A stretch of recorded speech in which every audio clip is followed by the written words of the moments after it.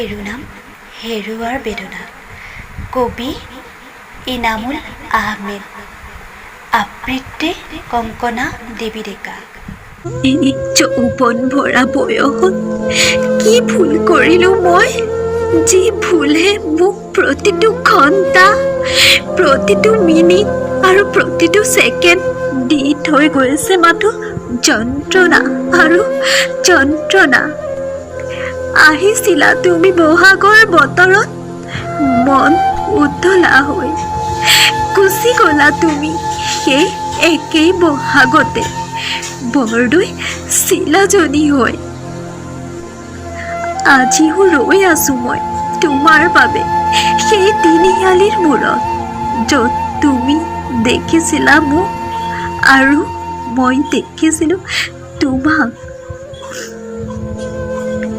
আহিবা জানো উভতি আকৌ তোমাৰ আপোনজনলৈ, যিজনে দিছিলে প্ৰেম, ভাল পোৱা, বিশ্বাস, সহানুভূতি তোমাক।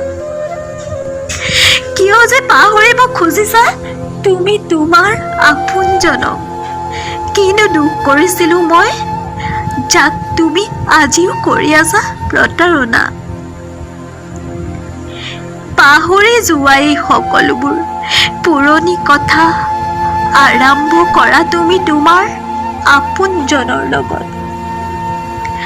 আগন্তুক ভৱিষ্যতৰ, আগন্তুক দিনবোৰ, আগন্তুক সময়বোৰ মাথো নতুন আৰু নতুন কথাৰ।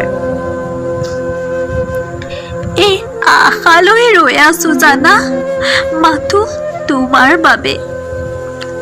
আহা তুমি মোৰ হিয়াৰ মাজলৈ, নুমাই দিয়া হেৰুৱাৰ বেদনা, উজ্বলাই দিয়া তোমাৰ হিয়া ভৰা মৰম, ভাল পোৱাৰ পৰশ।